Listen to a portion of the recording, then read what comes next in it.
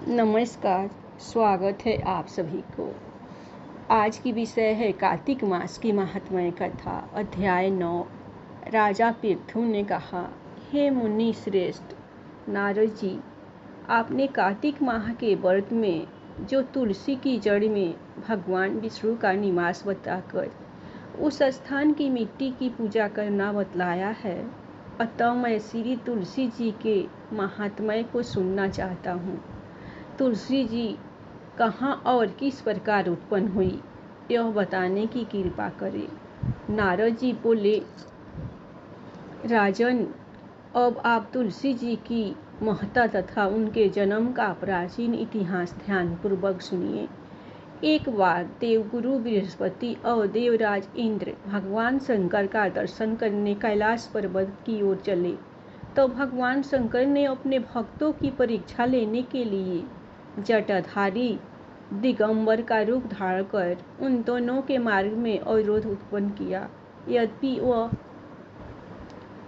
तेजस्वी, शांत, लंबी भुजा और चौड़ी छाती वाले गौर वर्ण अपने विशाल नेत्रों से युक्त तथा सिर पर जटा धारण किए वैसे ही बैठे थे, तथापि उन भगवान शंकर को न पहचानकर इंद्र ने उनसे उनका नाम व धाम आदि पूछते हुए कहा कि क्या भगवान शंकर अपने स्थान पर है या कहीं गए हुए हैं।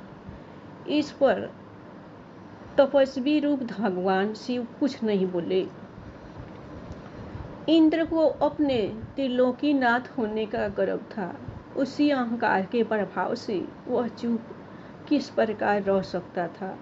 उसने क्रोधित होते हुए उस तपस्वी को धुड़कर कहा, अरे, मैंने तुमसे कुछ पूछा है और तू उसका उत्तर भी नहीं देता। मैं अभी तुझ पर वज्र का प्रहार करता हूँ, फिर देखता हूँ कि कौन तुझ दुर्मति की रक्षा करता है। इस प्रकार कहकर जैसे ही इंद्र ने उस जटाधारी दिगंबर को मारने के लिए हाथ में वज्र लिया, वैसे ही भगवान शिव ने वज्र सहित इंद्र का हाथ स्तंभित कर दिया और विकराल नेत्र कर उसे देखा। उस समय ऐसा प्रतीत हो रहा था कि वह दिगंबर प्रज्वलित हो उठा है और वह अपने तेज से जला देगा। भुजाएं स्तंभित होने के कारण इन दुखित होने के साथ साथ अत्यंत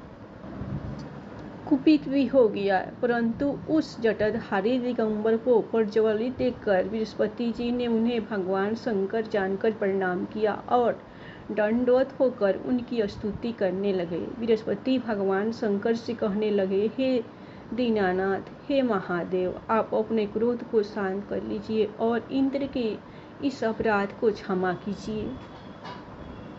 बृहस्पति के यह वचन सुनकर भगवान शंकर ने गंभीर वाणी में कहा, मैं अपने नेत्रों से निकाले हुए क्रोध को किस प्रकार रोकूं।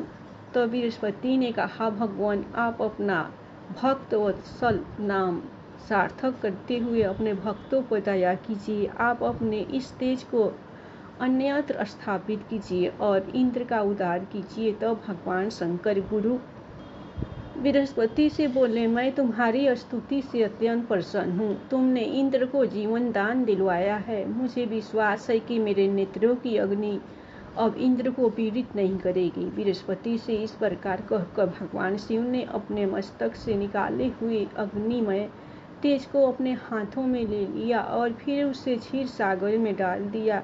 तत्पश्चात भगवान शंकर अंत ध्यान हो गए। इस प्रकार जिसको जो जानने की कामना थी उसे जानकर इंद्र तथा बृहस्पति अपने अपने स्थान को चले गए। धन्यवाद। आप लोगों को कार्तिक महात्म्य की कथा पसंद आई होगी तो आप लोग भगवान शंकर तथा बृहस्पति जी के नाम पर दिल खोलकर लाइक सब्सक्राइब जरूर कीजिए।